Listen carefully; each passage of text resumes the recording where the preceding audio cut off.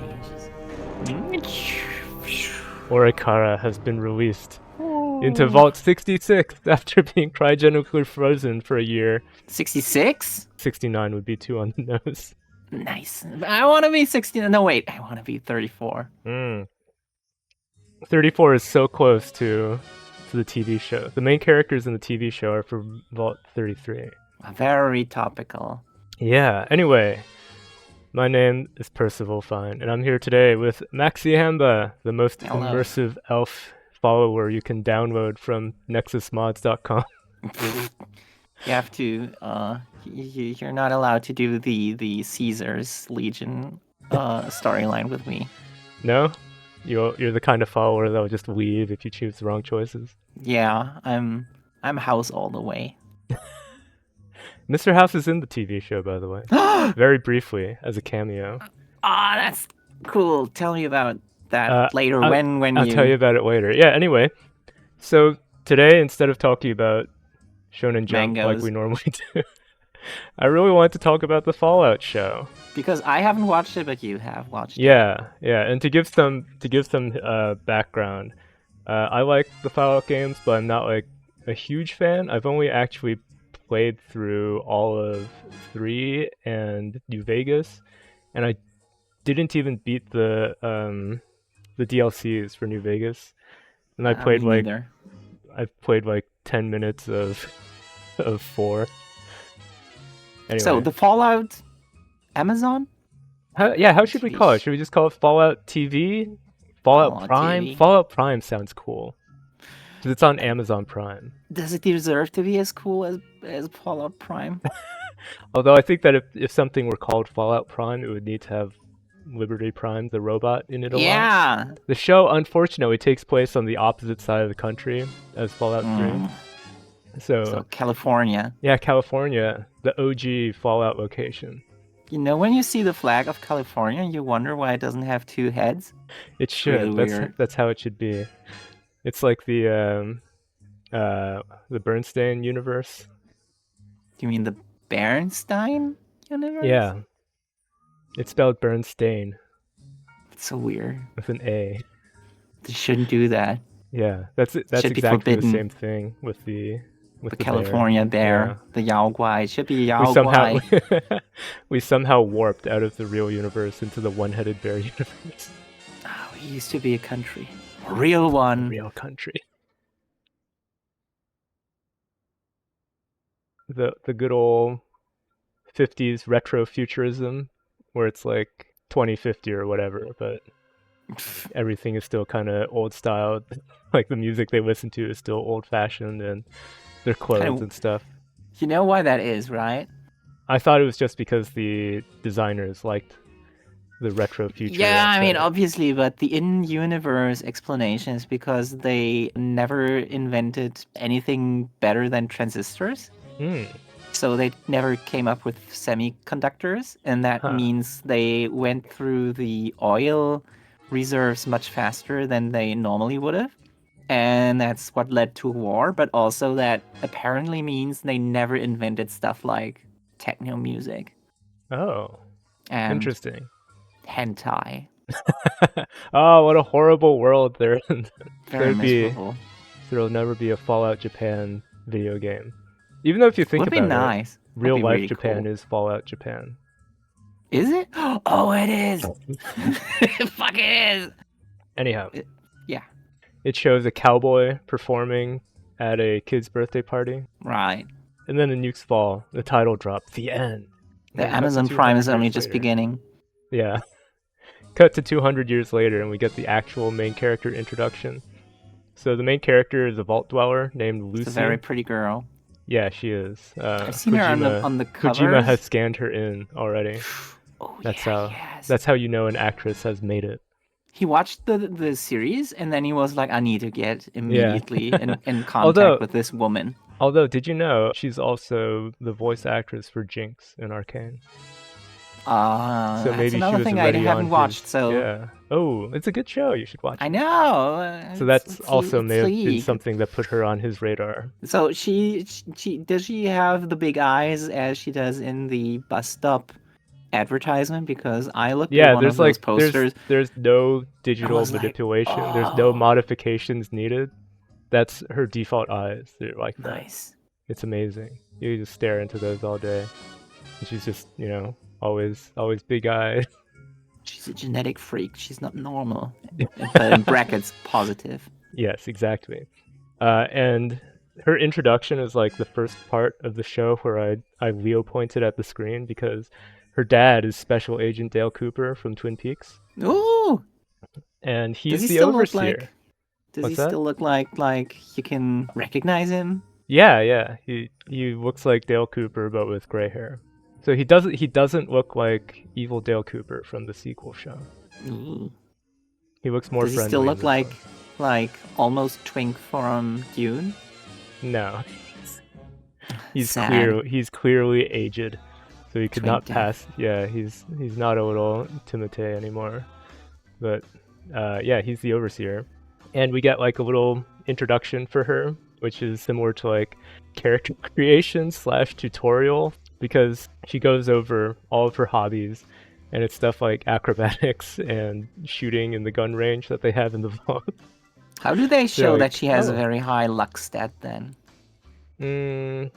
I don't think that they show that in the intro. Because she's a modern female protagonist. She is, yeah. So she needs to be like maxed out in all of the stats. No, she's actually way less OP than you would expect from a current year female protagonist. Seriously? Yeah, she's not a Mary Sue. She's kind of She the has opposite the innate of male what people VTuber mock for debuff. that. Yeah, that's I guess female vault dweller debuff. So they're just like living in the vault, her and her dad and her brother, and then they get attacked by raiders, and her dad gets kidnapped. Oh no! And the Where kidnapper. have I seen that before? Yeah. Well, in Fallout 3, your dad leaves on his own accord, and in Fallout 4, it's your son who gets kidnapped. So it's not quite the same, but I guess you could say it's like poetry. It rhymes. Like it rhymes. So then the leader of the kidnappers taunts her, saying, "Oh, you look like your mom, and you should come up to the surface and touch grass sometime." Does the leader really say that, or Yeah. is it just like implied? No, she literally says, "You look like your mom," and You then should come. Yeah, you should come to the surface sometime. Why isn't she taking her then? I don't know. She really wants to kidnap her dad, and she leaves her there, but like kind of taunts her. And that'll be actually, I guess that'll lead into one of my complaints later on. But first, a summary of the story. So she's like, okay, and then she leaves the vault and begins her quest, her find dad quest, just like in Fallout 3. Okay. And when she gets to a town on the surface, she discovers that the person who took her dad is a warlord named Moldaver. People tell her that she could go and like do a quest for her to get her dad back. So she's like, okay. Okay, I'll mark that in my Pip-Boy. Yeah, she marks and that then in her I'm going Pip-Boy. to fuck off and do something else. And meanwhile, this house is so full of junk, I need to collect it all. There's so much junk to collect. Meanwhile, there's also two other main characters who get started on the quest. Mm-hmm. And one of them is a squire from the Brotherhood of Steel. You know those guys, right? I do know a little something about squirrels and Brotherhood of Steel. And another one is a cowboy ghoul bounty hunter. And a cowboy, you say? Yeah, and he actually gets lots of references that are like New Vegas-y. Like there's a scene where he walks past a destroyed giant billboard, but you can just make out that originally was a billboard for Sunset Sarsaparilla. Ooh. And the ghoul cowboy is like kind of a bad guy. Like he gets introduced when 3 other bounty hunters free him from captivity. And they're like, we got a job. We want you to go in on it with us, because it's like if we do this one last job, then we'll be set for life. And he's like, oh, you're just doing it for money? well, I do it for the love of the game. And then he kills the 3 guys. No! And takes their bounty. No! To be like, I'm gonna do it on my own, just because I like fighting. Apparently, well, they freed him. They did free him. So his intro, it's like, ooh, this is not a hero character. This is not a nice person. He's always picking the bad karma options. He is, yeah. It's like how when you're playing Fallout games, then you often get dialogue options to like do the right thing or do the asshole thing. This guy's like always picking the asshole choice. Damn it. And Lucy is always picking the nice person choice. Ah, balance. So balance. And then unfortunately the third one, his name is Maximus. And he's just like me for real. Yeah, just no one calls him Maxi though. Some people call him Max, but it's not okay. Maxi. I need to maintain my uniqueness. He, on the other hand, is just kind of pathetic. Oh no! Like, wait, he's the fail. Is he son like of Finn this one. from Star Wars? A little bit. Yeah, a little bit. Damn. Yeah, a little bit in terms of he's the character who should be very competent because he has actual training, but a lot of times he isn't. And then also just kind of bumbles around a lot. Now what's the point of having him there? Because he has access to power armor, and that's on the cover. So we gotta have someone who has access to power armor. Oh, and I see. I get it. Wait, so if they always had somebody who's extremely competent, then that person would be like All Might, and he would always like solve all the problems. So he either has to be absent or he must be kind of heavily debuffed. Exactly. And the debuff is being stupid. Yeah. And unfortunately, that's what they do here.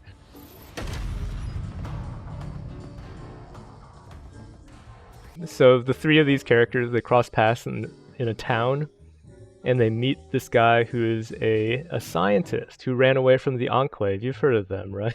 I know the Enclave. Yeah. That's where the president is, and the president is a computer. Yeah, so the Enclave in the games is... Yeah, they claim to be the remnants of the US government, but they're also trying to like just take over just for their own power. Unlike the Brotherhood, who are all about preserving technology, and they're like, we gotta keep technology out of the wrong hands. Is what they're. I can really relate to that, but I'm like that with like doujinshis, and they're gonna keep them out of the wrong hands.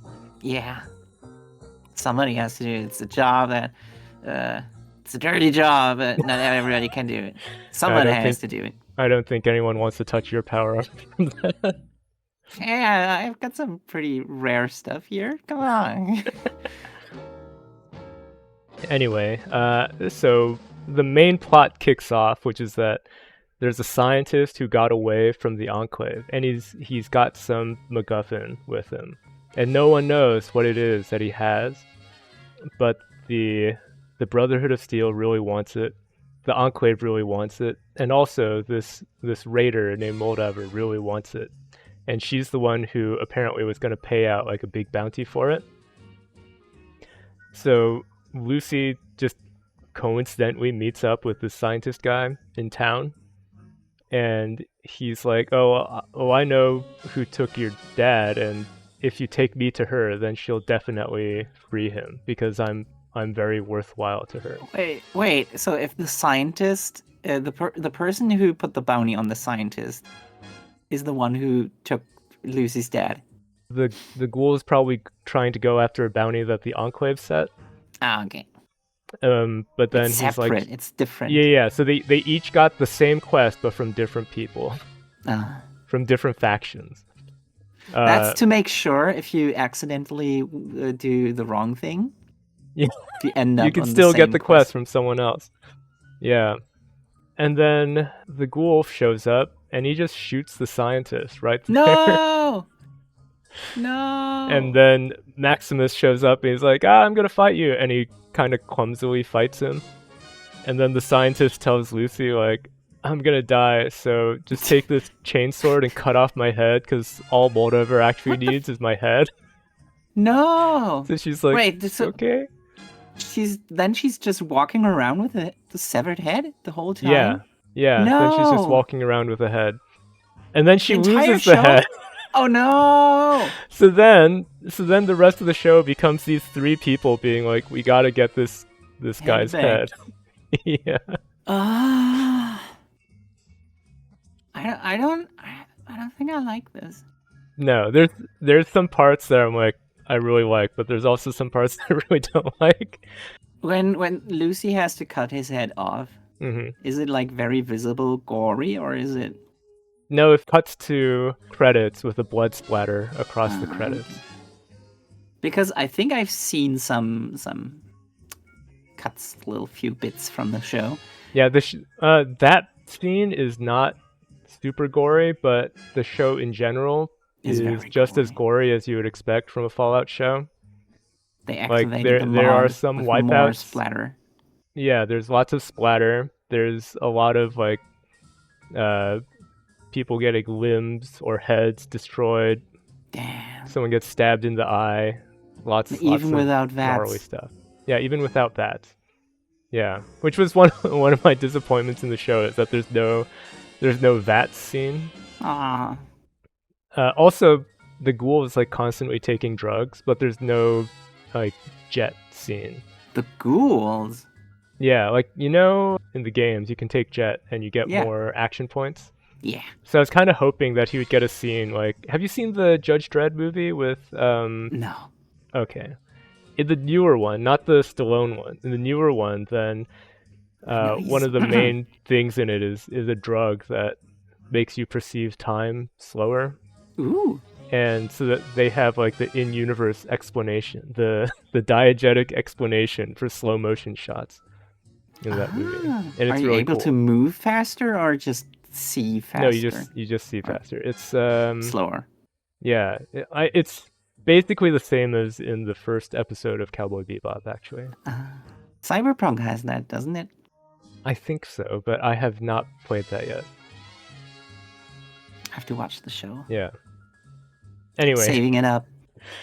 So yeah, she loses the head, and they're all three like trying to find it, and they team up with each other to like go on side quests and stuff, but never like all at the same time. Oh. Because you can only have one companion at a time without mods. No.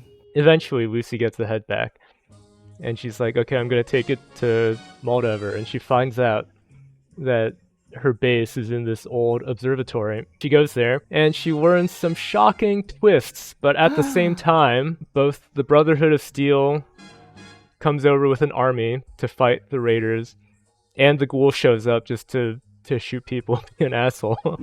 And then, so she finds her dad, but there's a big battle and lots of people die. And in the end, die as well. What's that? He's a big actor. He's a big actor, so I was expecting he would die, but actually no, he doesn't die. He survives to the end. What the fuck? But and you must have seen, like, when this first came out, there were so many people like, oh, this show destroyed New Vegas. New Vegas no longer exists in the Fallout universe. Yeah, I do know about that. Yeah, and how that was like total fake news. So the ending shot of this show is Special Agent Dad Cooper flying off to New Vegas. Nice. Yeah. But no, he's safe there. It's not nice. What if? Oh no! He only did that because of some extremely stupid twists at the ending episode. What if you see him go to New Vegas and everybody's like, "Wow, they kept Agent Cooper as an actor? Isn't he super expensive?" And they're like, "Yes, we did." And, and no, we don't hate New Vegas. We're big fans of it. And then in the first episode of the second season, it starts with New Vegas just getting nuked. Yeah, that's. It would be I don't think funny, that'll happen. But also very, what's the word? Cynical? Not cynical. Ironic, maybe. Both. Both.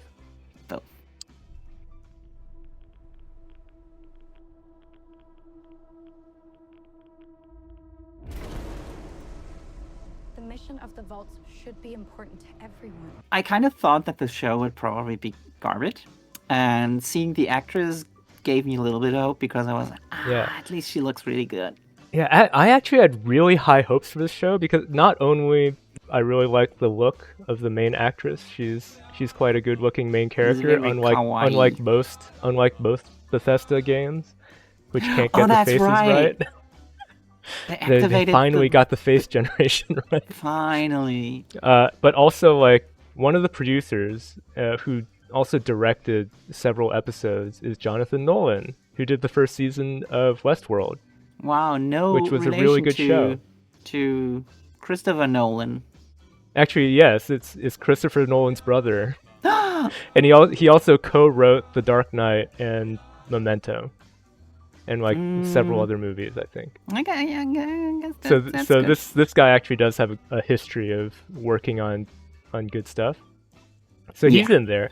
So I thought, oh, if this guy's working on it, that's good news. It's got to be pretty good. But then I looked up the credits, and I saw that also one of the showrunners was a co-writer for Captain Marvel.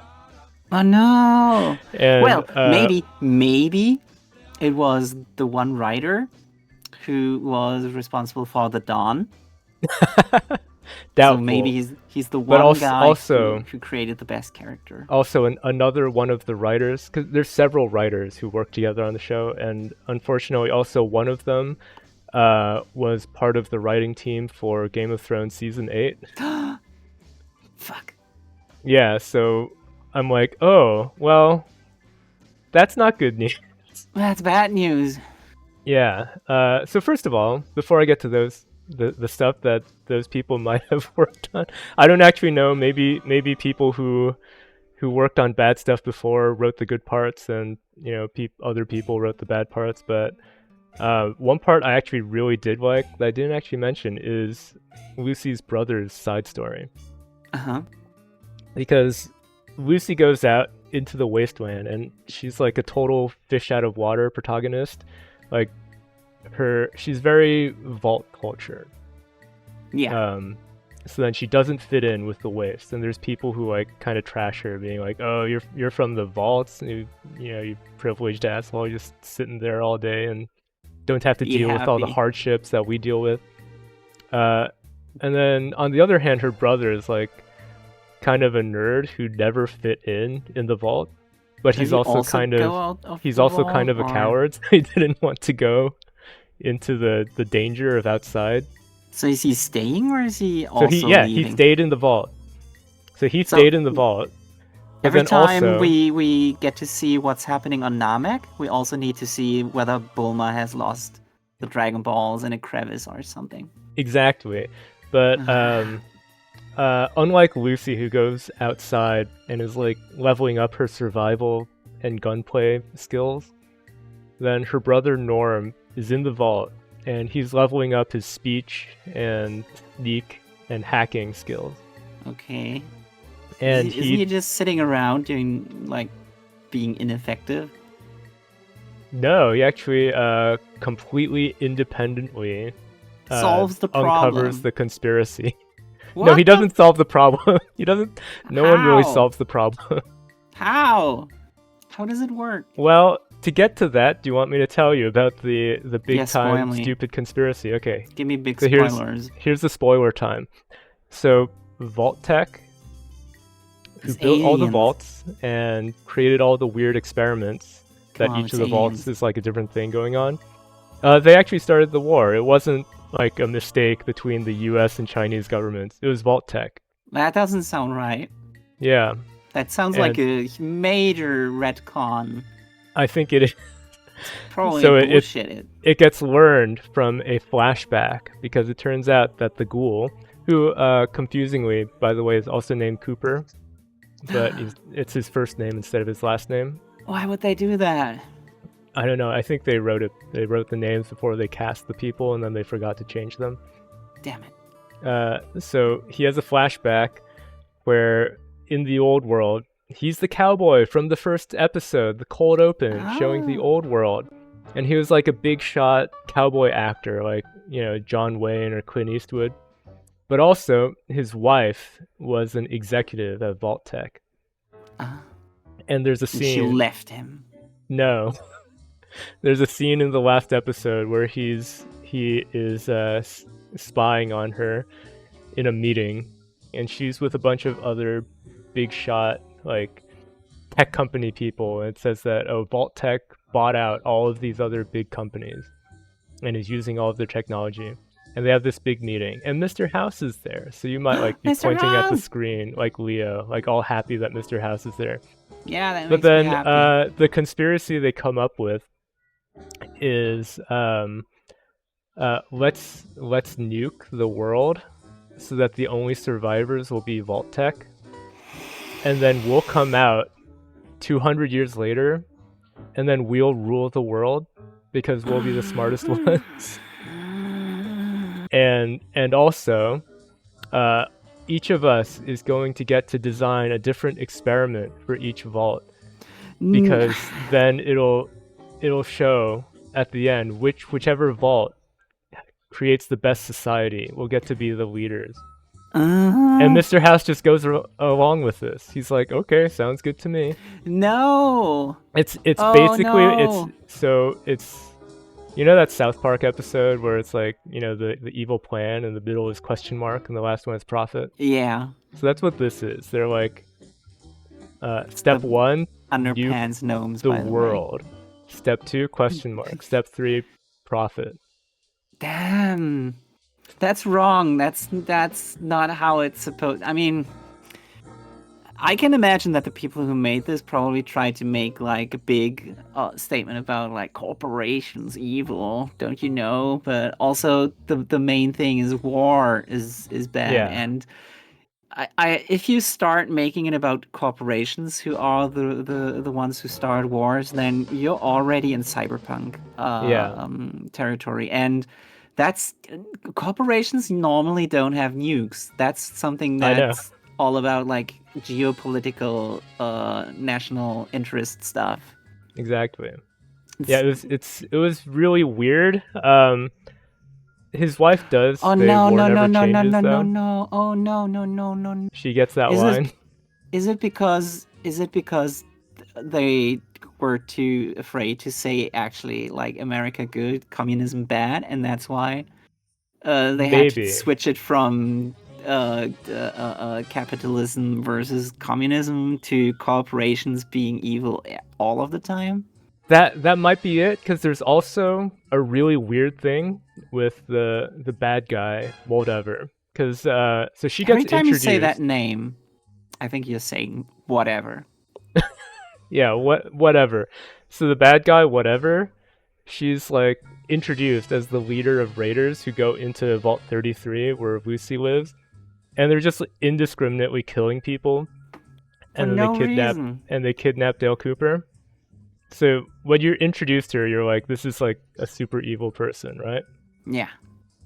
So then, part of the twist at the ending, so you might think this is even, or not even stupider, but just as stupid as the other part of the twist. I'm bracing myself. Not only Vault-Tec nuked the world, but also a bunch of Vault-Tec junior executives went into cryogenic storage, and they set it up so that they were going to be in a vault that's connected to 2 other vaults, and that every generation, some of them will come out and become the overseers of those vaults. So Dale Cooper is actually from the old world. No. And he met Cowboy Cooper in the old world too. No. So they know each other.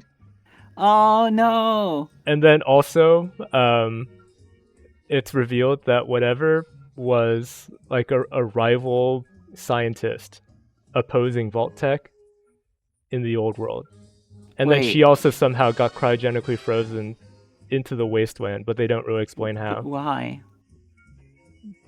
Yeah, exactly. When you freeze yourself, wouldn't you expect that in between the 200 years when supposedly nothing happened, that some other people might have taken power already. Yeah. And then that there is not a vacuum for you to occupy. Okay, so here's the explanation of that. So the vault that Lucy lives in is Vault 33. Yeah. It's connected not to Vault 34 like you would hope, but to Vault 32 and 31. And the explanation of that is that these 3 vaults were controlled by a guy named Bud, who is another one of the Vault Tech executives. And he had a program called Bud's Buds, which sounds like a joke, and was first introduced as a joke. And Agent Dale Cooper is one of Bud's Buds. And it turns out that Bud's Buds was secretly a group of Vault Tech employees, and there's like hundreds of people who are part of this group within Vault Tech. No, they were totally into the plan to nuke the world. They're totally into it. But also, they're like, okay, so we are going to go into these vaults, and then every once in a while, we'll unfreeze 1 or 2 of us, and we'll go to the other 2 vaults, and we'll become the leaders of those vaults. So over the course of many generations, then we will guide those vaults to develop their citizens into being the perfect managers. And then on Reclamation Day, we can come out into the wasteland, and our management skills are going to be so much higher than everyone else. We'll just naturally take over. That's the plot for Bud's Buds. Wait, and whatever is not a Bud's Bud. No, she's the opposite. So her backstory is that she was part of a company that cracked cold fusion. And then Vault Tech doesn't like that because they sell energy, I guess, because they make like the fusion cores. So they bought her company, and then they made her cold fusion generator proprietary, and then never let anybody have it. And then it turns out, then the twist is, so that scientist she really wanted from the Enclave, it's because he apparently dug up a functional cold fusion core for the Enclave. But then he didn't trust the Enclave with it. So he's like, I'm going to take it with her. How does he know that she's someone from the old world who knows how to use it? I don't know. But he wanted to take it to her. Well, if they had the cold fusion as a replacement for nuclear energy, I guess, or yeah, it's just another form of nuclear energy, really. So wouldn't that kind of make the war pointless? Yeah, you'd think. And I guess they were like, well, we're just gonna nuke the world instead. Even though you'd think that Vault Tech would make so much more money if they're just like, we no longer are a Vault company, we are a cold fusion energy company. They could have been the Shinra of their world. They could have, but no, they decided let's nuke everybody instead. Okay, so I don't like this. Vault Tech shouldn't be such a big player. I like it when Vault Tech is just like a stupid company that made the vaults, because it exploits the fears of people during the Cold War. And I like that the government has some play in there where they're like, can you make some of those like really stupid tests? Because we love that stuff. I mean, the CIA did a lot of those experiments back in the day, and that's what this is referencing. When some of the vaults. One of my most Leo pointing moments, other than when Dale Cooper shows up and when somebody says war never changes, is when Lucy's brother is sneaking around in Vault 32, which is the vault next to theirs that got destroyed supposedly by raiders. And then he discovers that actually, no, they all killed each other before the raiders came. Oh. And then there's one functional TV in the vault, and it's playing a documentary about the Mouse Utopia. I was like, Mouse Utopia mentioned.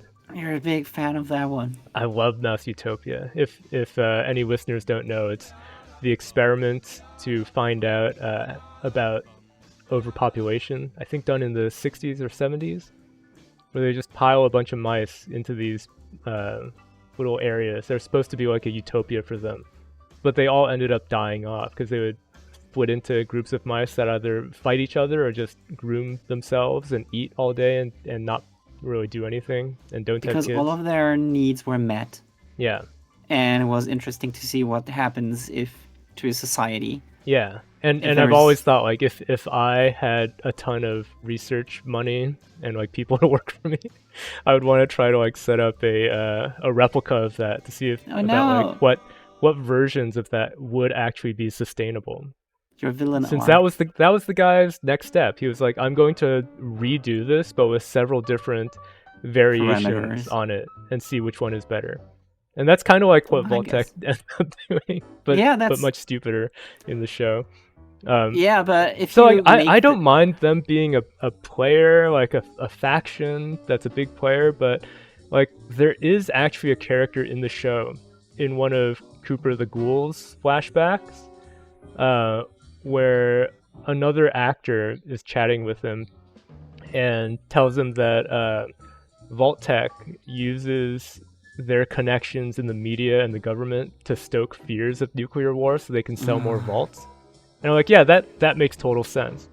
But then going the next step and like completely destroying their business and all of their clients by starting a nuclear war is stupid. It's like it's going against everything that's established about this. Just any conspiracy that's big enough and stupid enough, then after a while like stops making sense, because like, you know, it can be easy to like get a handful of insane people to follow some scheme. Yeah. But when you're like talking about a huge organization run with military efficiency, usually they would want something in return for use of like 100 of their vaults and risking everything.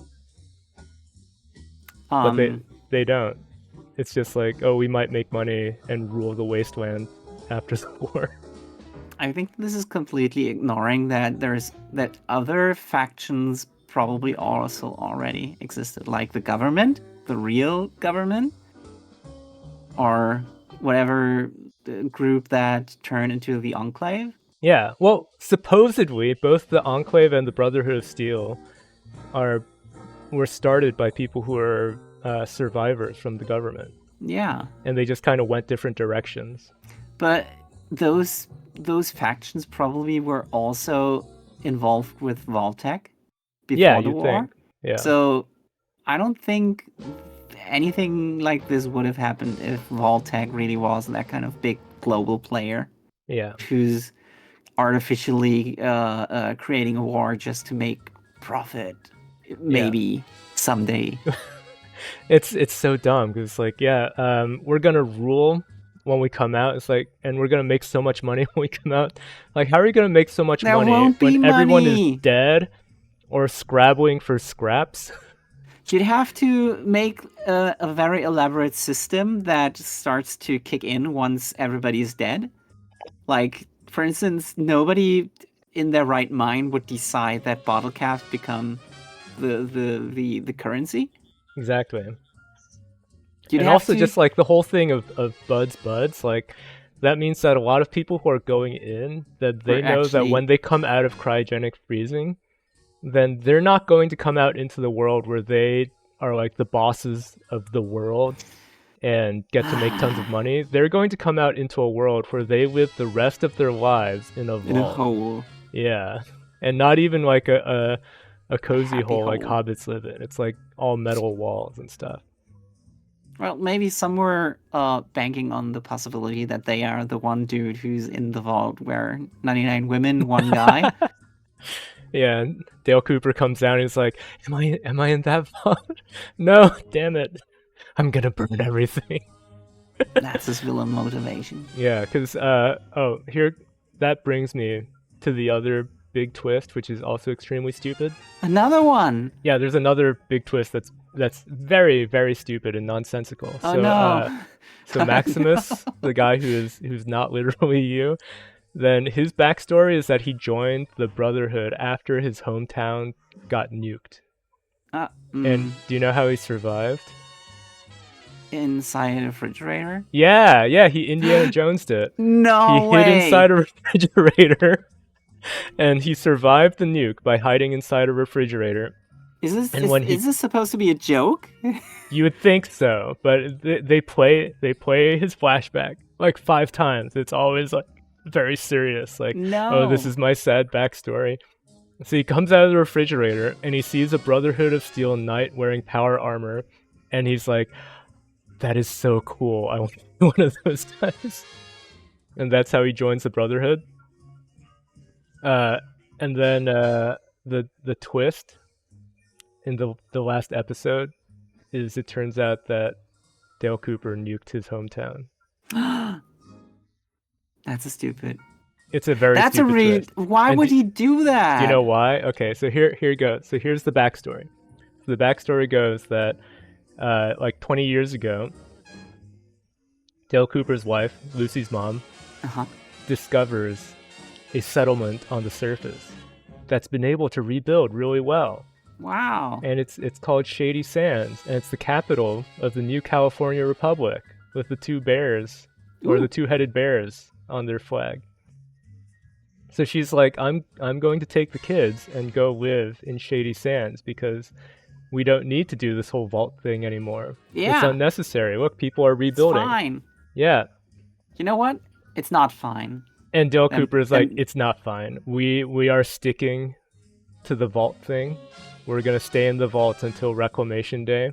You're not allowed. If you go to Shady Sands, I'm going to disown you. You're not my wife anymore. You're not the mother of my children anymore. And I'm going to blow up Shady Sands. And she goes anyway. And he blows up Shady Sands. How did he get a nuke? We don't know. Nobody knows. Somehow, Dale Cooper nuked Shady Sands. No wife of here's mine here's something that's even can stupider. miss this hard. So, so the reason that whatever was able to tell Lucy you look like your mother is because she lived in Shady Sands too. Even though she was a cryogenically frozen person from 200 years ago. No, why? That doesn't make. Why does? And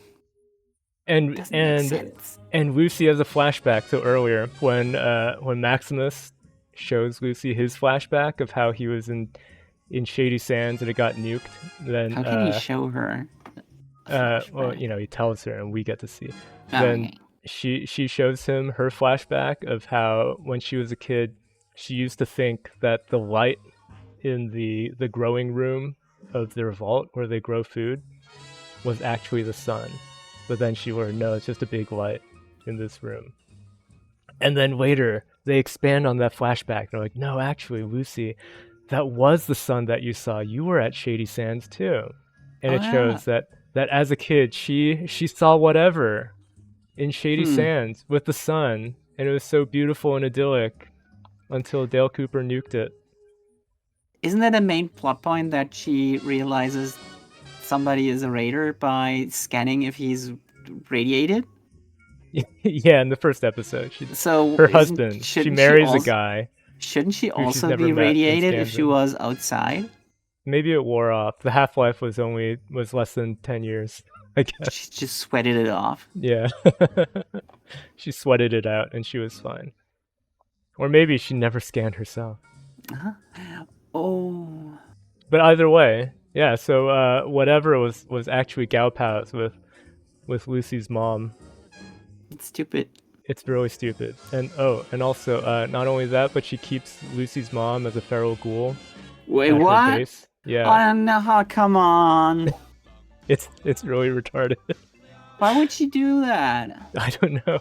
It doesn't make sense because you're like, if they were friends, like imagine if I got nuked and I got turned into a feral ghoul. Yeah. And you were like still recording Orikara with me just sitting there. That's basically what that is. Or actually, no, did you ever see Shaun of the Dead? Yeah. Yeah, it's like that. Yeah, what happens with Nick Frost in Shaun of the Dead? It's basically that. It's a reference to better. Yeah, because it's a comedy show. Everyone thinks it's an action adventure post-apocalypse. But it's actually a wacky comedy. Everybody thinks war bad, but actually, wow, cool robot. Yeah. Wow, cool ghoul. There's no cool robot in this show, unfortunately. Missed opportunity. Next season, maybe next season, Liberty Prime will drop in and say hi, and we'll all point at the screen again. I mean, if Agent Cooper is going to New Vegas, maybe he's going to meet Yes Man. Yeah! And that's going to be a cool robot. That will be cool, yeah. Just make him the main character next season. Be like, yeah, I know we said that this guy nuked a town and is evil, but he we did like some him, really so. good side quests on the way. Now his karma is back to 0. That's right. He's ready to start over again. He's also not. He's used to being the protagonist. Yeah. He's in Twin Peaks. He was both the protagonist and the bad guy. Yeah, let him take over. Yeah, no, wait. He can do both. He can do both at the same time. Will we still get to see Lucy? Yeah, Lucy survives to the end. Oh, that reminds me. You know how you asked if Maximus is the Finn of this series? Does he ever say Lucy? I believe so, but more specifically, you remember at the end of The Force Awakens? You remember how he teams up with Rey, and then he gets knocked out, and then she just leaves him. Oh. Even though they were like before that, they were like best friends and potentially lovers, but that she just leaves him after he gets knocked out. I don't remember that, but that's the end of The Force Awakens. She just leaves him to go find Luke Skywalker. And Lucy does the same. At the end of Fallout, Maximus gets knocked out by Dale Cooper, and then Lucy just leaves him on the floor to go follow him. Guess they weren't that good friends after all. Yeah. Well, she like kisses him goodbye, but she leaves him. It's just like, that's kind of lame. Nah, I guess they were aware that this was a bad character.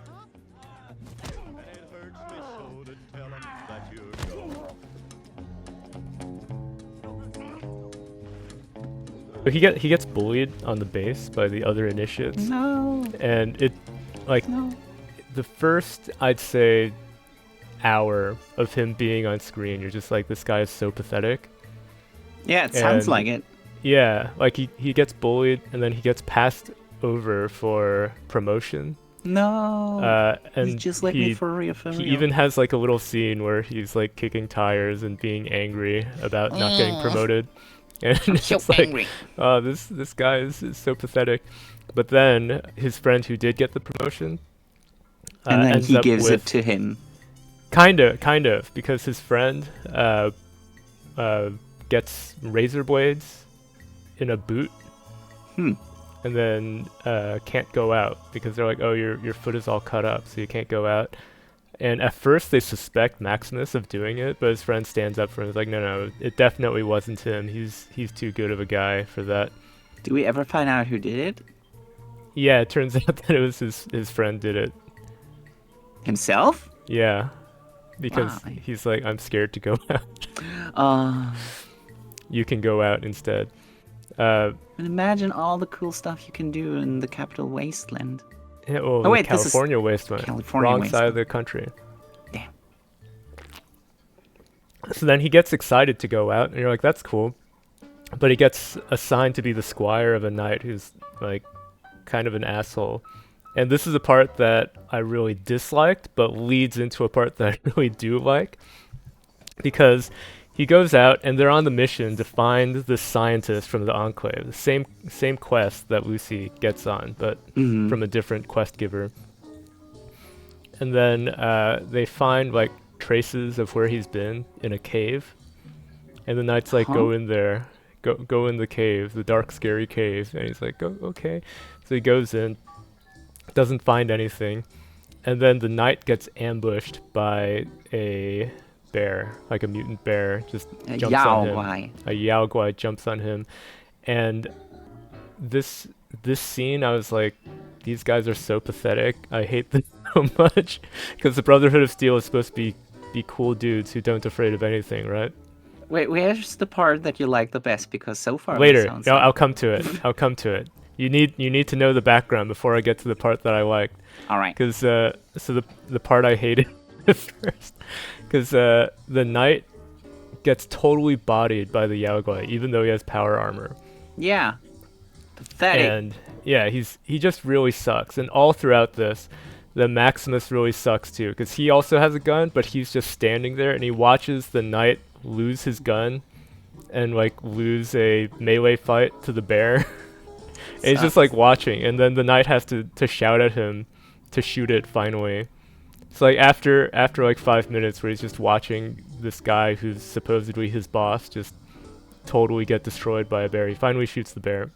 What if he did it on purpose? What if he was like, yeah, now it's my turn to become the knight? Yeah, like earlier New when spot opens up, when he dies. it seemed kind of ambiguous that he might have been the one to put the razor blades in his friend's boot. I was kind of like, oh, this could be interesting if this guy is like a pathetic start, but then you know he learns that he learns that to advance in the wasteland he has to be kind of a bad guy, but no, that doesn't happen at all. Instead, it's just that it just seems like he's not good at his job. Yeah, sounds like it. And then the knight takes off his helmet and is like, "Give me a stim pack," and I've verbally seen that. abuses him, and is like just a total asshole. Which is like, how dumb do you have to be where there's a guy who you are relying on to save your life, and you're just gonna yell at him and call him names and say he sucks and stuff. So then, I mean, it's true. He's yeah, not wrong.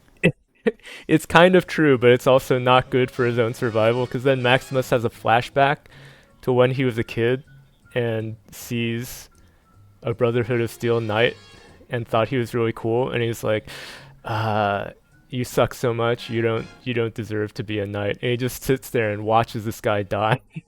Oh. And it's like, oh my god, you guys are so lame. We're still not at the part where you're saying that you liked it, because so far this still sounds really bad. It's all really terrible. But then he's like, well, I can't go home unless I actually finish the quest. Because if I go back to base and it's like, yeah, I didn't finish the quest and my boss died and I lost the power armor, then they're gonna kill me for being shit at my job. Yeah. So instead, he takes the power armor himself and he's like, I am Knight Titus now. I'm gonna impersonate him until I finish the quest, and I'm gonna be the knight that I imagined he should have been. I see. Wait, he died? Yeah, the knight just dies of blood loss from the bear, I guess. So Maximus just takes did he have a stim pack? Takes his identity. Yeah, Maximus had a stim pack. He just didn't give it to him. What the fuck? Yeah, it was like I have seen stim pack usage. Yes, stim packs are super good in this. Like just regenerates everything. Yeah, instantly. It's one of those things where it's like you think that it works like that in the game just for convenience of being a game, but the TV show says no, they are like magic, instant regeneration of anything. Well, I mean, they're 200 years in the future, maybe. Yeah. But Maximus is just like, okay, now I am Knight Titus, and I'm going to be a better knight than he was. But then the Brotherhood HQ calls him on his little power armor cell phone, and is like, we'll send you another squire. Because he talks to them, he's like, oh, I'm still on the quest, but I lost my squire. He died valiantly. Can't they, do they not recognize that it's not the same voice? I guess there's enough distortion on the radio, or is it that nobody from the Brotherhood of Steel has ever seen each other without the helmet on? I'm pretty sure they know each other, but he's able to impersonate his voice, and there's no video feed, so they can't tell that's a different dude from the radio. So they're like, we're gonna send you a new squire, and they send him a new squire, and it's one of the bullies from the first episode. Oh no! And at first, Maximus is just kind of being a dick to him too, like he's like, your knight is hungry, go get me apples. And he makes him climb a tree, and the guy's like, this isn't an apple tree. And he's like, I'm not hungry anymore. So he's just bullying him back. until the guy starts being like, oh, can you tell me more about your squire who died, because I actually knew him back on base. And he reveals that he only bullied him because before Maximus got on the base, he was the one who was always getting bullied. So then he joined in the bullying to redirect it from him, and he's like, yeah, I'm sorry that he died and he didn't get to, you know, be in my position to be able to bully a new guy after him. Even though that's actually what's happening to him right then. So then Maximus is like, is this supposed to be redemption or? Yeah, it's a redemption for the bully guy. And Maximus is like, actually,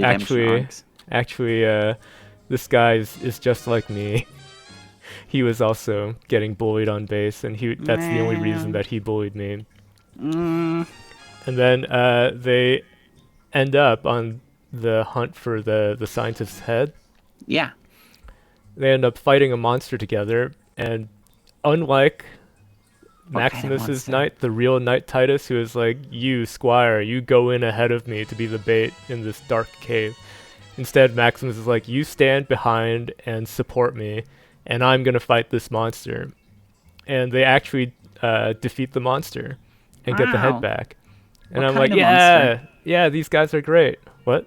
Tell me what kind of monster it is. They call it a gulper, and it's like those guys. Yeah, it's like this big mutant that became kind of amphibious-like. Yeah, it's disgusting. They are very disgusting. The only part of that segment that I was like, this is weird, is the way they kill it. Because it tries to eat Thaddeus, who is the bully guy. And then Maximus is trying to pull him out. He's very fat. No, he's not very fat, actually. Why is his name Thaddeus, then? This is just his name. Yeah, it doesn't have to be... it doesn't have to match his physical traits exactly. That's just his name. But yeah, it's while he's being eaten, then Maximus like reaches into the gulper's mouth to pull him out, and somehow he makes the gulper barf itself to death.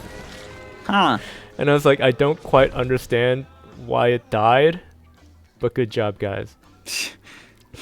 And it's kind of stupid.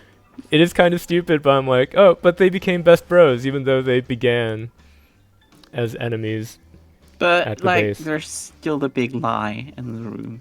That, Yeah. Oh, I'm actually Maximus. Yeah, I'm actually Maximus. I'm not Knight not Titus. tight anus. And unfortunately, so that episode, I was like, this is great. I hope these guys hang out for a long time, but I'm worried because I've seen screenshots in previews of Maximus hanging out with Lucy, and Thaddeus isn't around because, again, without mods, you can only have one companion at a time.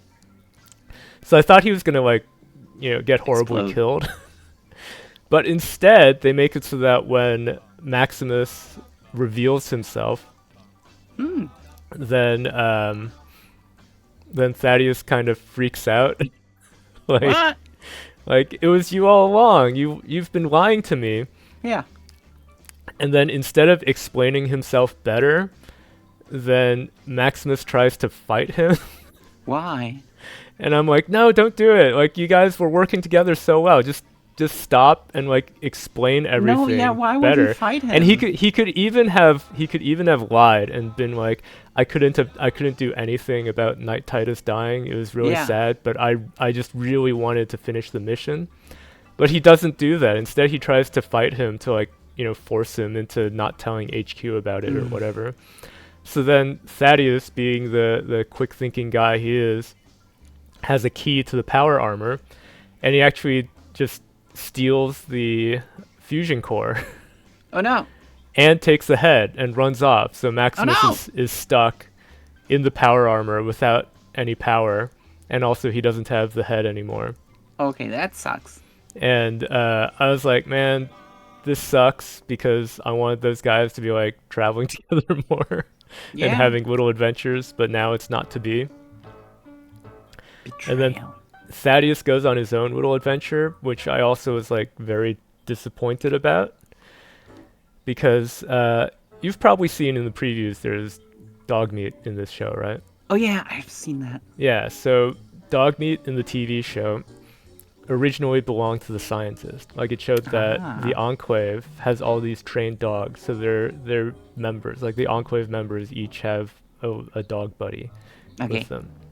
So dog meat starts out as the scientist's dog buddy, and then they run off, and then, of course, when the scientist has Lucy cut his head off, then the dog switches to being the scientist's buddy, to being just following his head for some reason, and gets passed on to Cowboy Cooper because so this part was also really dumb, because in the fight where Cowboy Cooper shoots the scientist, he also stabs the dog.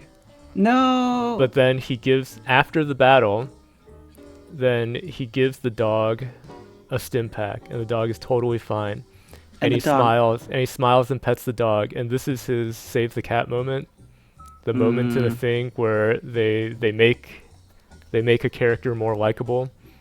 But he attacked the dog first. Yeah, he attacked the dog first, but then because he healed the dog is like, I'm okay with you now. And it's like a beyond save the cat moment. I would say it's a save the zebra moment, where you see it and you're like, this is transparently trying to make us like this guy better, but then it doesn't really have enough of a reason that the dog would like him more. Like, if I were the dog, I would just run off then. Yeah. Like, screw you. Like, you stabbed me. Thanks for the healing, but you're the one who did that in the first place. But somehow she doesn't. She's like, okay, I'll lead you to tracking down my master, even though the last time you saw my master, you shot him.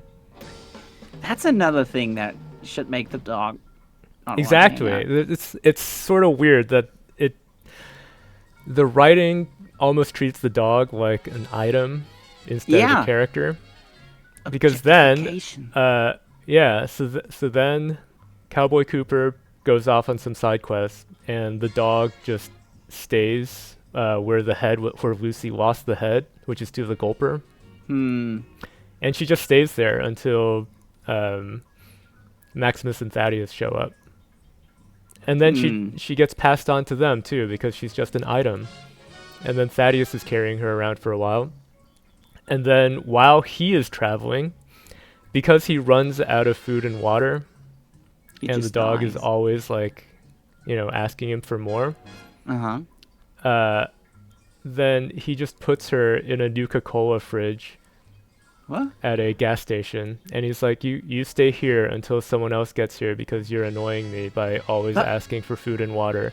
No. And I was like, why are you doing this? Like, the dog companions in Fallout usually are good at tracking down food and water for you. Yeah. So it's like the stupidest move, and I was like, it doesn't make sense for him either, because he was like friendly with the dog earlier. So you think he'd be like, you're my buddy now, but he's not. He's like, you're annoying me, so I'm going to put you in this fridge for later, and maybe someone else will get you.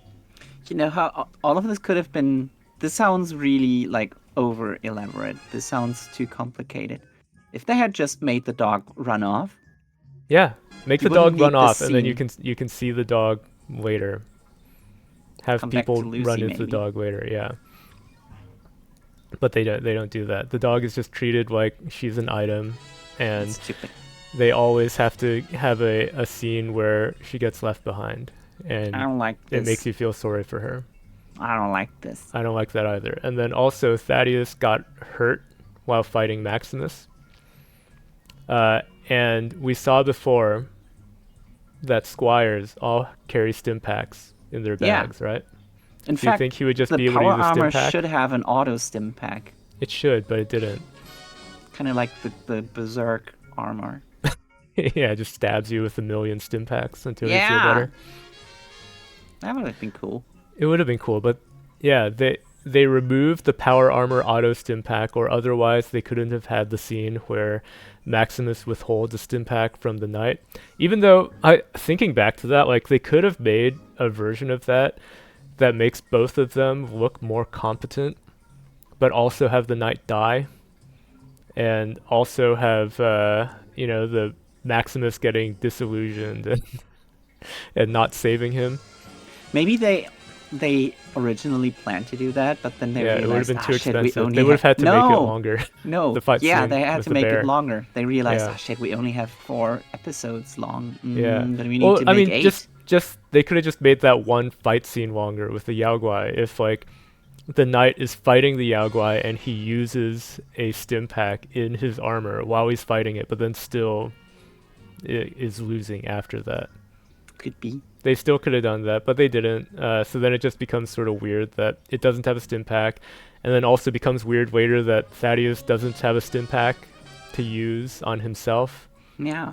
So instead, he goes and he meets like some filthy wasteland doctor guy. You. And the guy is like, I can give you a potion that'll heal anything. A potion or a stim pack? A potion. The guy mixes up a potion for him, and he drinks it, and he regenerates. And you're like, oh, so that must have been whatever the stim packs are made out of, because it healed him just like how Dogmeat and Lucy got healed earlier. Yeah, they should make... Yeah, just instant regeneration. But But then it turns out drink. that it's not a stim pack energy drink. It's some weird potion that turns you into a ghoul. What? Because he's like, oh, I'm a ghoul now. He doesn't start looking all messed up like a ghoul, but he realizes he's a ghoul because even without taking another shot of that, then he starts regenerating when he gets injured. Uh-huh. And he's like, oh no, I've been mutated. He can't go back to the Brotherhood. So then he lets Lucy have the head, yeah. And then he disappears from the show to be seen next season without a face, I guess. Yeah, it was pretty disappointing. At least what a weird decision. At least when he leaves at the end, he is friends with Maximus again, because they run into each other again after Thaddeus has called. He's made it to a radio station, and he's called to be picked up by the Brotherhood. But then he realizes that he's been mutated, and he's like, oh, they're not going to accept me anymore because the Brotherhood doesn't like mutants. The trick is to just never take off your power armor. Yeah, he didn't think of that. Know. So then he lets Lucy and Maximus have the head, and he just leaves. He's like, I'm out of here. Okay. But he's like, he says thanks to Maximus for not telling the Brotherhood that he's become a mutant. Oh, he knows. They're kind of friends. Yeah, because he sees him getting shot by a trap in the radio station and then healing from it. So he's like, oh, you're a mutant now. Wait, he's so like, I guess I am. Which part is the one that you like? Just the part where they become friends. Ah. That one episode where they become bros and they kill a gulper. I was like, this is awesome. I want more of this in that show. But that was episode 3. And then that sort of thing does not happen again for the rest of the 8 episodes. That's kind of disappointing. Yeah, I was very disappointed. Because also I didn't really think that that Lucy and Cowboy Cooper or Lucy and Maximus made as good of a team as Maximus and Thaddeus. I mean, most of the time they just those guys were a great team anyway. for the one episode. How often are they all 3 united as one team? Never. I think all 3 of them are in the same location at once twice, which is in the battle in town where Cowboy Ghoul shoots the scientist, and then at that moment, then Maximus and Lucy are against the cowboy, and then in the final episode, at the final battle, the cowboy shows up again, but then he only gets to the room where Lucy is talking to her dad and whatever after Maximus has already been knocked out. So there's only 2 times when all 3 of the main characters are together, and in one of them is unconscious. So they never actually do a full team up of all 3 of them. I guess if they're really not that good of a team, then no point to do that anyway. Yeah. Yeah, but I didn't really like the parts where Maximus and Lucy team up because I think I mentioned before, like they try to imply that there's going to be a romance going on. I know why. And it was really clunky. I really didn't like it because the first hint of it. So you know how, you've seen how in the first episode she gets married and instantly sleeps with that guy. Yeah. Who turns out to be a raider. I've seen that. Yeah. So that part I was like, okay, it's a bit weird, but I guess it makes sense if she's in the mindset of, we got to keep our population up for the vault to continue. She's just naturally DTF. Yeah, well, that part too, because it also basically says that she's been fooling around with her cousin for a decade. Oh, nice. And he's like kind of sad to see her get married because that means they can't do Understandably. cousin stuff anymore. Man, she should have just stayed there. Stayed in the vault, yeah. Everything you need is in the vault. Yes. But yeah, so that part I was like, okay, well that could be explained by, the vault culture. Wait, she also has a brother. She does have a brother, but they don't imply that they did anything. I'm sure there's lots of a book is washing going to machines become in thin. the vault. Yeah. But the way that the Maximus and Lucy romance subplot begins, after Thaddeus locks him in his armor, Lucy ends up saving him. Mm-hmm. And then they go traveling together without the power armor. And then they fall into a trap that gets them into another vault. Vault 4. Ooh, another one. Yeah. Ooh. So they fall into this Exciting. vault, and the other vault, they're like, okay, we're going to keep you in this airlock for a while to make sure that you're disinfected before we actually let you into the vault. That's not usually how vaults work. Isn't it? No, vaults are meant to remain completely shut off from the outside. Oh, right, yeah. Well, They're not even supposed to know there's. Different. They're not even supposed to know. This one is different. They got a different sort of vault society where they go out and try to recruit How wastanders to convenient. come live with them. Yeah. So they fall into there and they're getting disinfected and they have to wait for a while. And then Lucy just randomly asks Maximus if he wants to have sex to pass the time. Nice. And He's so like, yes. from a Coomer perspective, you could be like, nice. And also, it's like it sounds like something that would happen if you're playing modded Fallout. Yeah. But like it also to me like didn't really make sense because remember when Arnold Schwarzenegger said about how he didn't want to put a sex scene into Commando because it makes it seem like he's not as concerned about rescuing his daughter. It's true. That sort of thing here, like she has that on her mind when she should be still concerned about finishing her quest to rescue her dad. So it makes it seem like she doesn't really care about Dad Cooper that much. I think in Fortnite world this is okay because in Fortnite you always have these side quests. You always get distracted. And so also it's just you'd think that she would work. That when she would in her home vault, she probably was into the idea of having kids to continue the vault. But then you'd think while she's out on an adventure, she would try to not have that happen. No. If she got pregnant, she wouldn't be as capable. No. If she's been fooling around with with her cousin, that means she's always like going for it. She's not thinking about sex as just for reproduction. She knows what it can do. She knows she's the pull-out power. Queen.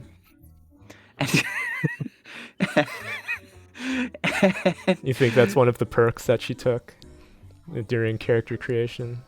It could be. Or she's doing her special. But this is a perfect representation of Fallout, where you get distracted by side quests, and she just has the power to go through dialogue options, and she saw the one where she's like, "Oh, I can ask him for sex. I'm gonna go for it." Let's just press that dialogue option. Did and it see work? What happens. Did she? No, it doesn't work because another thing no. I didn't like is that it turns out that Maximus literally does not know what sex is.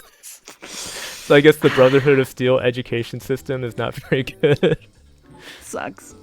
Yeah, so I was like, why would you do that? Why would you put that dialogue option in just to make a joke out of it that this guy who's one of our three main characters doesn't know what sex She is? failed her speech check. Yeah, basically. If her charisma had been higher, Then it would have been on HBO instead of Amazon Prime. Yes. Yeah. Yeah, so then they end up in a side quest that I really didn't care for. Another one. Yeah, within Vault 4. So they discover the secrets of Vault 4, which What's is the not only that they take people from the surface, but also that their eat them. experiment was to mutate people because mutants might have a better chance of surviving in the wasteland. It's actually true. But they don't. So when I heard that, I was like, oh, maybe they're going to introduce super mutants, but they don't. Right. It's just people we who haven't have seen like any super mutants. yeah, there's no super mutants in season 1, maybe season 2. So Super mutants are instead just of too actually being better mutants, then it's just people with like weird mutations. Like there's a guy who has an extra nose on his forehead.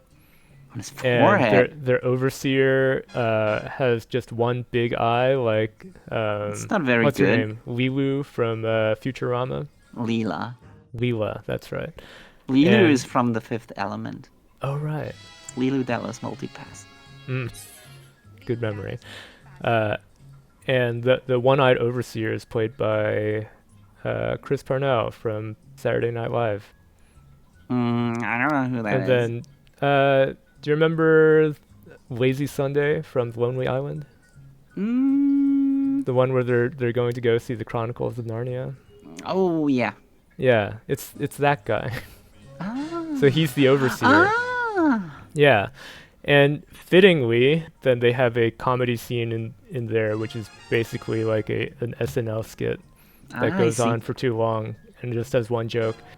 When Lucy discovers the secret of Vault 4, which is that they were purposely mutated, then they say they're going to exile her. Well, first they tie her up, and they have a big sword. Like Lazy Sunday comes out with like a two-handed sword, and it looks like he's going to decapitate her. And then so Maximus is like, I need to steal their fusion core and get in my power armor. Oh yeah, somehow the Vault 4 people were able to find his power armor and bring it down. So he steals their fusion core to use for his power armor. And then it turns out that they weren't going to kill her. They're going to exile her because that's the worst punishment that they can give in this vault. And Lazy Sunday is like, well, you will surely die on the surface, so it's the same as execution. Right. But because we're not barbarians, we're going to give you a box full of supplies so that you can survive for a little bit on the surface. So they basically send her on her way with a bunch of stuff. What's the point of? What is the and point? And he just uses the sword to cut the ropes that are cutting. They're tying her up. Yeah. So and then Maximus comes in with his power armor, thinking that they're gonna kill her, and he throws a bunch of people around and a bunch of furniture and wrecks their place. Until Lucy's like, no, it's all right. They're gonna let us go. So then they leave. And then because I guess that vault only had the one fusion core, then Lucy makes him give it back. So then once again he can't use his power armor. So they had him back in the power armor just for one little comedy scene. What is the point of inviting people in that came from the surface and then saying, we need to punish you by sending you back out on the surface because that's basically you dying? I guess the assumption is that they get people in from the surface and be like, it's better to live down here where it's safer. It is, but so then that's why they think it's a punishment to go back out. The fact that they know people are down on the surface, out there, yeah, shouldn't that prove to them that exile isn't a death penalty? You'd think, But yeah, like I said, it's basically an SNL skit in that they didn't really think it through too much because they just wanted it to look funny to have a guy holding a big sword like he's gonna kill her, and then he just cuts the rope instead. It's not very funny. Yeah, well, it's visual humor. You had to be there. And they also learn in that vault that a lot of the people there are survivors from the NCR, which got nuked by Dale Cooper. And then, yeah, Shady Sands was the capital of the NCR from New Vegas. I think it was probably in Fallout 2 as well, right? Probably. Possibly, anyway, yeah. So there's a bunch of people who are survivors from that. But then weirdly, excuse me. Then weirdly also, they're like cultists who worship whatever. Like they have a big poster of her. Yeah. Oh. And they call her the Flame Mother. And they have a ceremony where they smear ashes of Shady Sands on their faces, just like Big Boss would have done. With Cheetos. Yeah. Exactly. Wait, Cheetos or Doritos? I think it was Doritos that they got to deal with. I think so. It sounds like even more of a gamer food than Cheetos. So yeah, they discover that. They discover that not only she's a like kidnapper and raider leader, but also that whatever is a cult leader. And then that never comes up again. It's not mentioned in the final battle whatsoever. So it was completely pointless. Totally to stumble pointless into side this. quest. Yeah. It's one of those. That was one of those moments where when Lucy saw that, I was like, oh, that's kind of interesting. But then it's basically a mystery box thing where you're like, oh, that's weird, and then they don't talk about it later. It's just to seem mysterious at the moment. So far, I'm not very convinced that this is a good show. Like I said, it's got a few good parts, but overall is not good. Bad. Well, the thing is, when you're watching it, it's one of those things, kind of like, you know how people really loved Game of Thrones while it was going on, but now a lot of people are like, don't watch it because the ending season was so terrible. Yeah. So while watching the Fallout show, then there were some episodes where I was like, oh, this is really good. Of course, there were some episodes, like the second episode when Maximus and Knight Titus totally fail, where I'm like, this sucks. But some episodes, I'm like, this is really good. This is really interesting. They're setting up lots of mysteries. I can't wait to see how what reveals they have in store for us. And then the final episode is like, yeah, here's the stupidest twist you could ever think of. And just kind of destroys it all. I can kind of understand how some people said that people who claim the TV show is canon now ruins the entire franchise.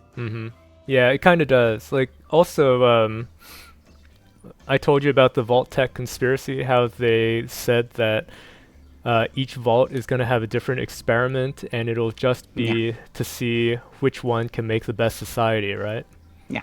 And at the moment, I was like, oh, like the Mouse Utopia. But then when they then said, so we can come out later and then rule the world, then I was like, this is stupid.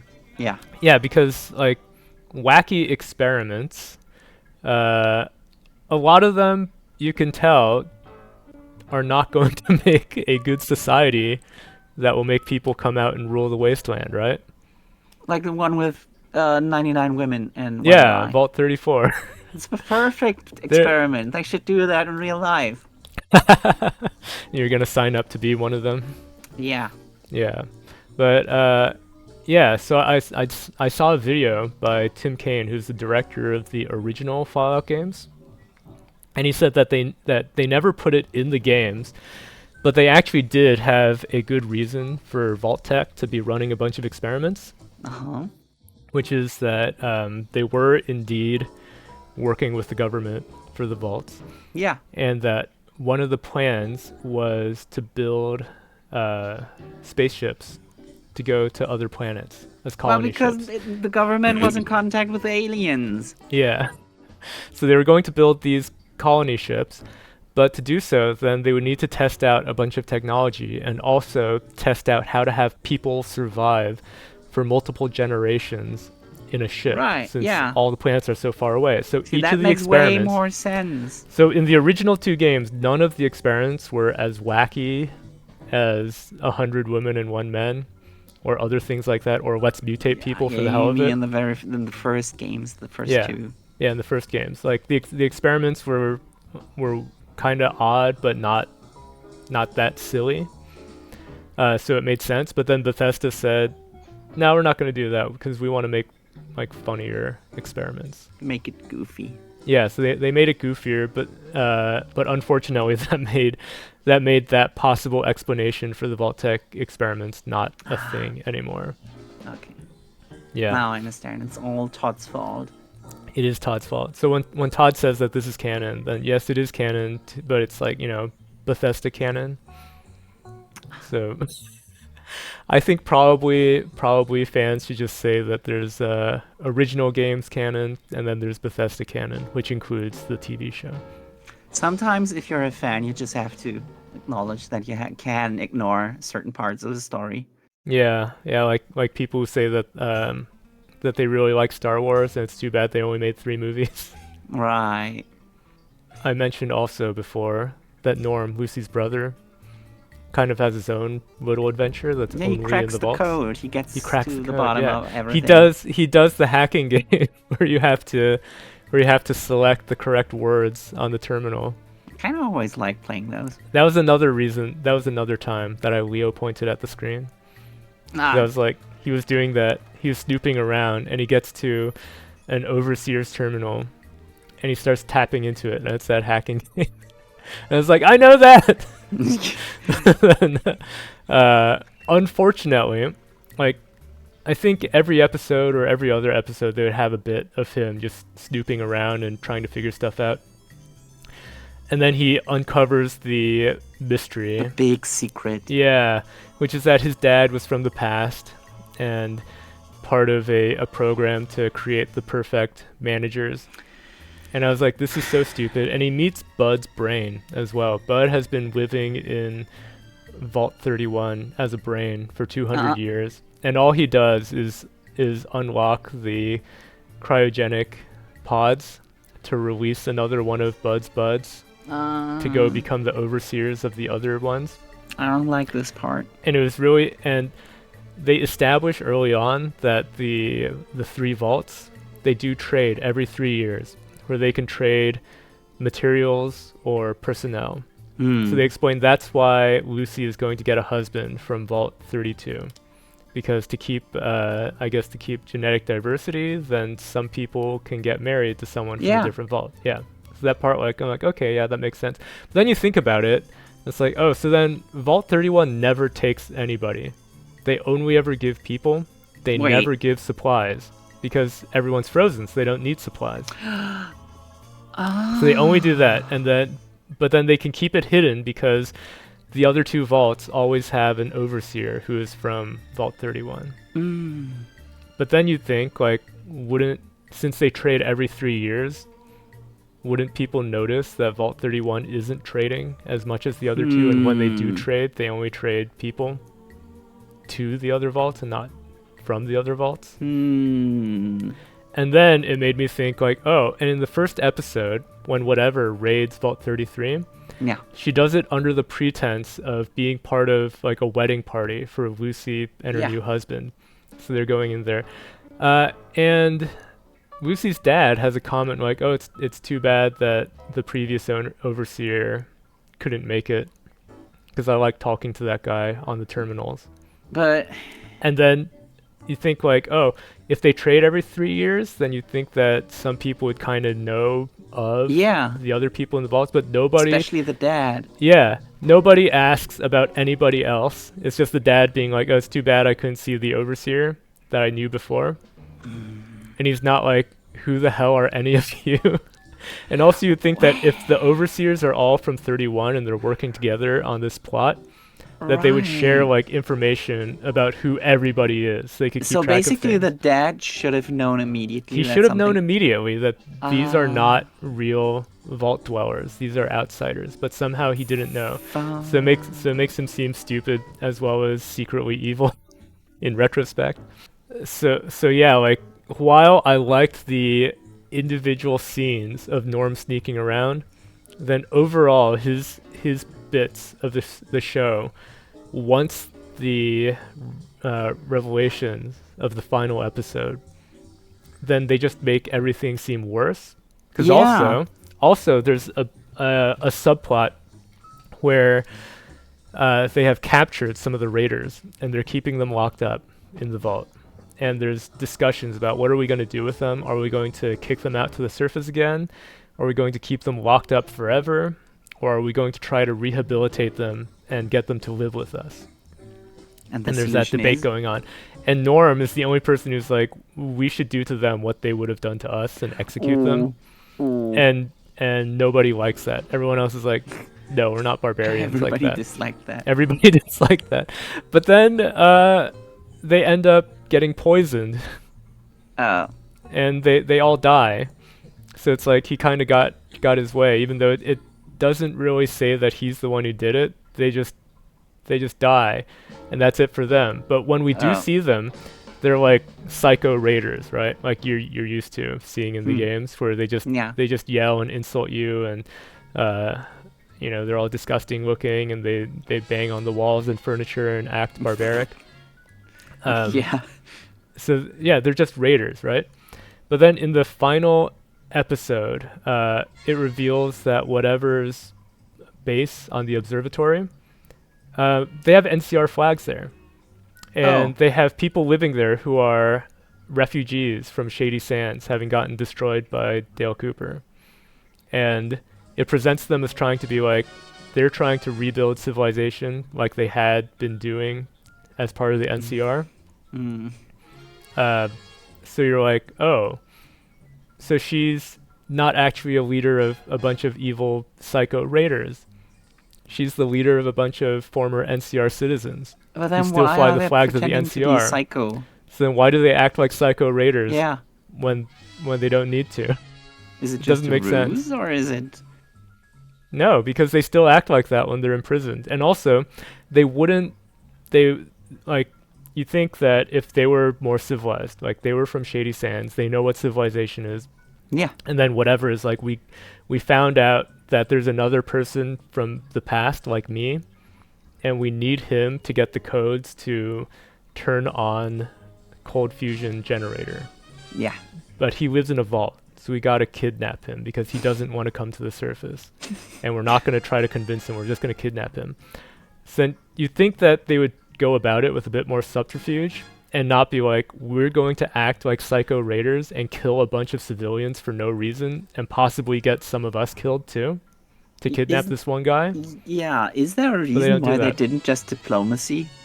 No, they never explain it. The only possible reason that they didn't try diplomacy is because whatever just has a grudge against Vault Tech and knows that Dale Cooper is from Vault Tech.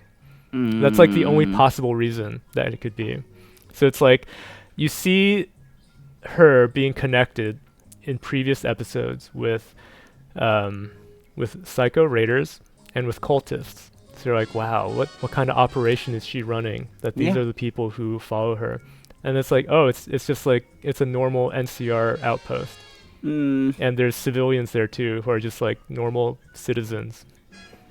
So it's really weird at the end where they try to do a twist, like, oh, she wasn't evil after all, and you're like, but you showed us things saying she is. So Man. yeah, so that didn't make sense.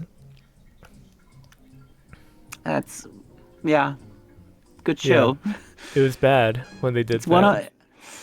of, it's nice to have all of this build up, but if they want to have the big revelation that actually the villains are not evil and actually the dad might be evil and they were part of a big conspiracy that had multiple factions and stuff, like, it has to make retroactively sense. Yeah, It has to make sense if you think And about they it, but it doesn't. apparently didn't do any of the work to Yeah. make sense. They're like, okay, we got a lot of cool mystery boxes.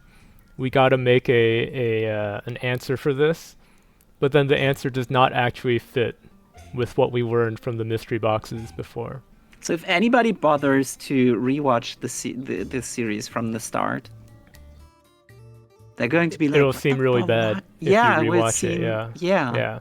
It's one of those kind of like Heavy Rain, where kind of like Heavy Rain. Yeah. While I was watching it, I was like, the first episode, I was like, oh, this is a really good show. Second episode, I was like, I hate this show. Third episode, no, it's good again. Seventh episode, eighth episode, this show sucks. Yeah. So yeah, it was a little bit of a roller coaster with that. Yeah, very unfortunate. Also, another thing in the finale that I really didn't like is, so I mentioned before that the cowboy gets the doggo again, right? Right. So he takes the doggo to the observatory during a battle. And originally, his motivation seemed to just be to kill people for money, right? Mm-hmm.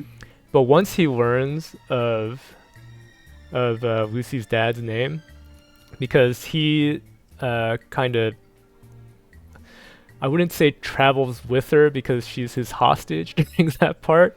He takes her around to try to help him find the head. Okay. Because she had it. He learns her dad's name, and he's like, why did you say that name? Martha? Yeah. Except Cooper. That's my name too. So when he learns her dad's name, then he changes his motivation, and he goes through all his flashbacks, revealing that he actually met her dad in the past as well, because he was one of the Vault Tech guys who was working with his wife, and his wife was part of the evil conspiracy. Yeah.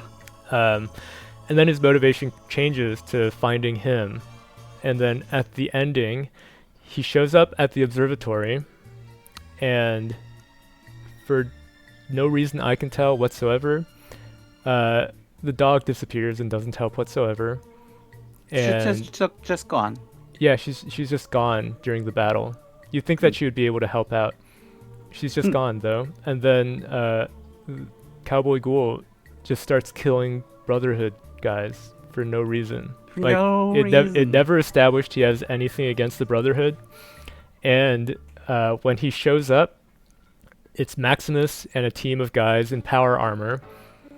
And then he's actually ahead of them on the stairs, and he stops to turn around and taunt them and mention that back when he was a Marine 200 years ago, before he was a cowboy actor, he was in the Marines, then he used that kind of power armor, but it had a defect in it that got a lot of guys killed, because if you shoot right under the front armor, then it's a one-hit kill. Like it has a weak point, and he knows how to target that weak point. Oh no! And I guess the Brotherhood did not change that design, and they've just been building identical power armor for 200 years. Oh yeah, and also that power armor was designed by Bud. So another Bud bad moment. So he remembers that, and they didn't fix it. So he's able to take out all of the Brotherhood guys. But he does it for no reason. Like he was on the stairs ahead of them. He could have gone up to get Dale Cooper. So much. Yeah, he loves the game so much. He's just like, he doesn't even have a Pip-Boy, but he can VATS all of them.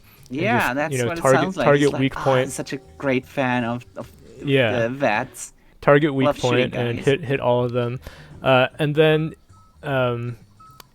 while he's doing that, Maximus and one of the power armor guys get ahead of him to the top floor, and the power armor guy just dies. And then Maximus learns that Dale Cooper is the real bad guy, and he gets angry, and I thought like, oh, he's gonna fight him, but in the brief amount of time that he learns that he's the bad guy, he has another flashback to himself getting out of the refrigerator, And while he's having a flashback, then Dale Cooper is able to go into the inventory menu and equip the power armor off the guy who died. And he just one-shots Maximus, like hits him once and he gets knocked out. And it's like such a lame action sequence for that ending. And then Cowboy Cooper gets to him and he just shouts, "Where's my family?" at Dale Cooper. And then Dale Cooper flies off to go to New Vegas. Oh, he doesn't even say it. Why would his family still be alive? I think that the implication is that in between the last flashback, when Cowboy Cooper learns that Dale Cooper and Bud and Mr. House and his own wife are part of this giant conspiracy for Vault-Tec to nuke the world and then take over 200 years later, then in between that and the nukes falling, somehow Dale Cooper was able to put Cowboy Cooper's wife and kids into cryogenic freezing, but somewhere that he didn't know. But yeah, like why would he do that? How does Cowboy Cooper know that he knows that?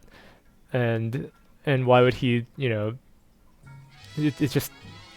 it didn't really make sense, but that's the implication of that line. And then the dog reappears again because the battle is over. So it's like there are no more enemies. You can fast travel now. And he teams up with Lucy and they fast travel out of there before Maximus wakes up. And like Maximus wakes up and Lucy is gone, Dale Cooper is gone, Cowboy Cooper and the doggo are gone. And somehow whatever is like still alive after the battle but bleeding. And she sits down next to the feral ghoul version of Lucy's mom.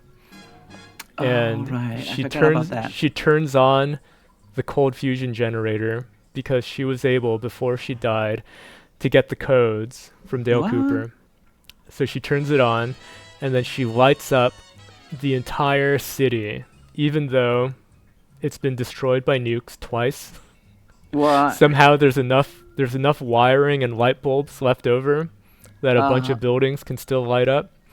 And she looks out at the once again lit up city. And she goes, and she asks Maximus what he thinks his Brotherhood are going to do with infinite power, because that's what her cold fusion generator is. It's infinite power. And she's like, what are they going to do with infinite power? And what could you do to stop them?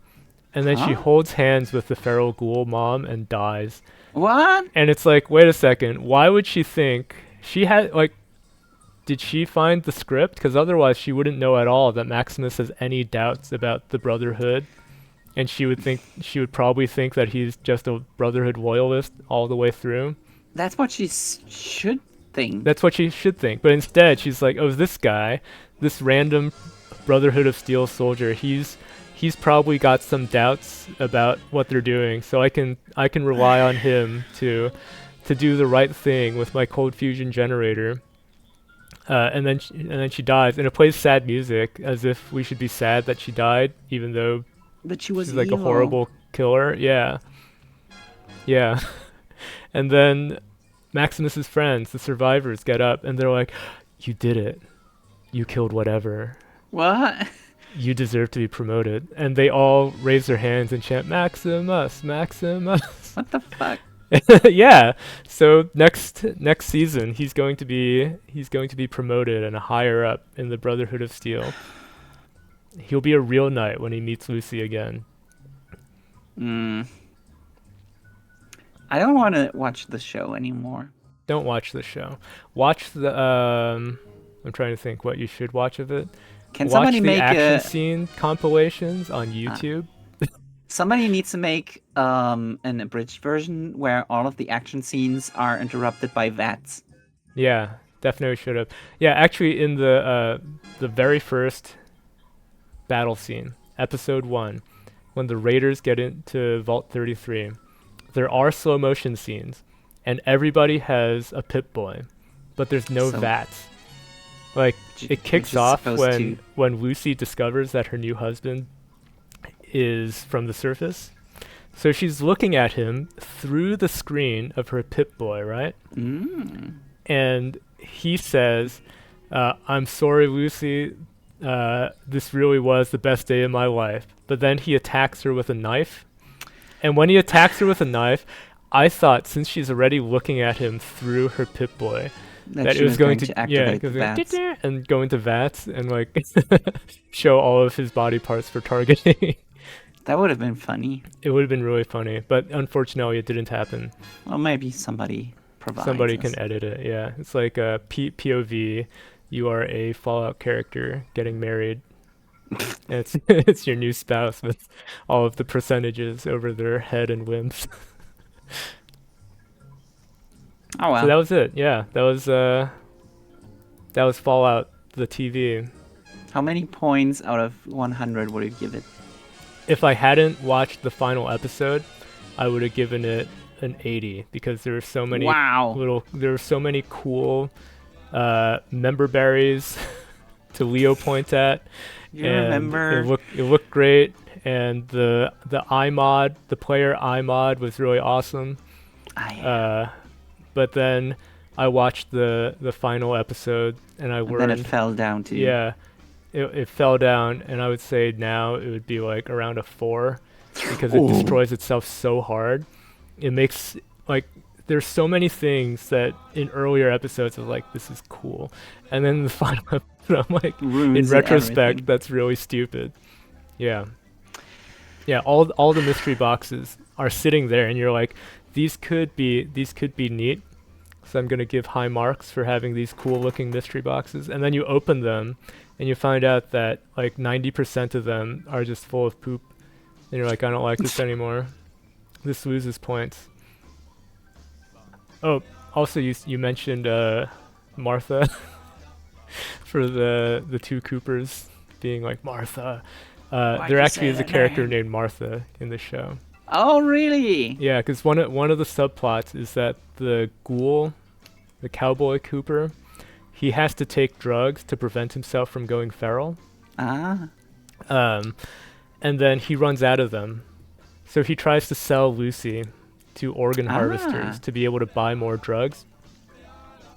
And the organ harvesters' base is in an old grocery store.